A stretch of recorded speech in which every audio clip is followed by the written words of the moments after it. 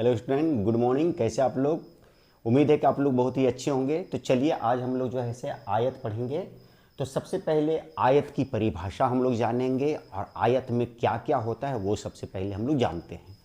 तो आयत का यहाँ परिभाषा हम लिख दिए हैं, जिस चतुर्भुज की आमने सामने की भुजा आपस में बराबर हो उसे आयत कहते हैं।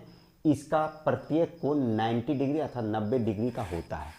तो देखिए ये आयत हम बनाए हैं। देखिए आमने सामने की जो भुजा होती है ये आपस में बराबर होती है। मान लीजिए कि यदि ये 5 सेम है तो ये भी 5 होगा, ये 3 है तो ये भी 3 होगा।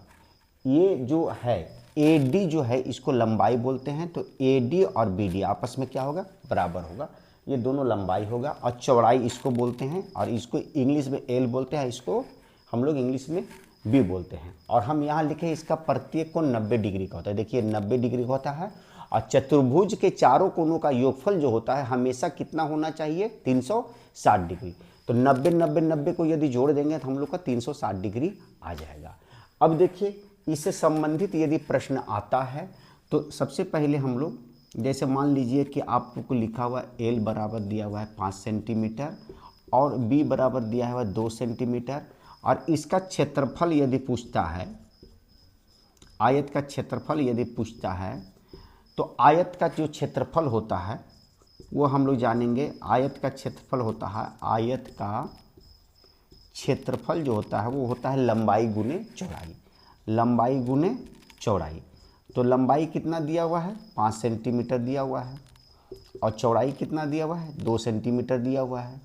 तो 5 दूनी की कितना हो गया? 10 हो गया। और सेंटीमीटर और सेंटीमीटर, सेंटीमीटर स्क्वायर। और क्षेत्रफल जब भी लिखाएगा स्क्वायर में ही लिखाएगा। मीटर में दिया रहेगा तो मीटर स्क्वायर लिखेंगे, DM में दिया रहेगा तो DM स्क्वायर लिखेंगे।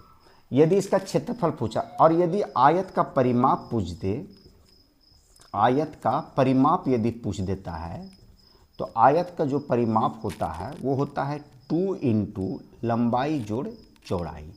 इसमें हम लोग बैठा देंगे, 2 लिखेंगे और लंबाई और चौड़ाई को जोड़ देंगे। तो लंबाई कितना है? 5 सेंटीमीटर और चौड़ाई कितना है? 2 सेंटीमीटर। तो 5 जोड़ 2 लिख देंगे। फिर लिखेंगे 2 गुने, ये 2 बाहर है, 5 और 2 कितना हो गया? 7 हो गया। और 7 को 2 से गुना करेंगे तो 14 सेंटीमीटर लिखेंगे, स्क्वायर नहीं लिखेंगे क्योंकि परिमाप इसका निकालना है। तो ये हो गया आंसर हम लोग का, ये परिमाप निकल गया और ये हो गया हम लोग का, क्या हो गया? क्षेत्रफल हो गया। तो उम्मीद है कि आप लोग को क्षेत्रफल और परिमाप निकालने के लिए आ गया होगा। यदि आप लोग को आयत की परिभाषा और क्षेत्रफल और परिमाप निकालने आ गया तो कमेंट्स बॉक्स में लिखना ना भूलें, ताकि हमें भी पता चले कि मेरा वीडियो आप लोग को अच्छा लग रहा है, पूर्ण रूप से समझ में आ रहा है।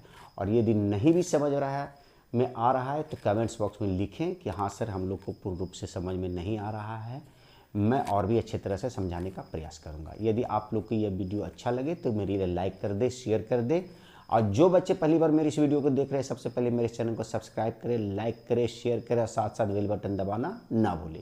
यदि आप बेल बटन दबाते हैं तो मेरा नोटिफिकेशन अर्थात मेरे द्वारा बनाए गए वीडियो सबसे पहले समय से आप लोग को मिलेगा और आप जो है इससे गणित में अच्छे अंक प्राप्त कर सकते हैं। तो नए वीडियो देखने के लिए सबसे पहले आप सब्सक्राइब करें और बेल बटन दबाना ना भूलिए। तो चलिए फिर मिलते हैं नए वीडियो के साथ, तब तक के लिए have a nice day, take care, जय माता दी।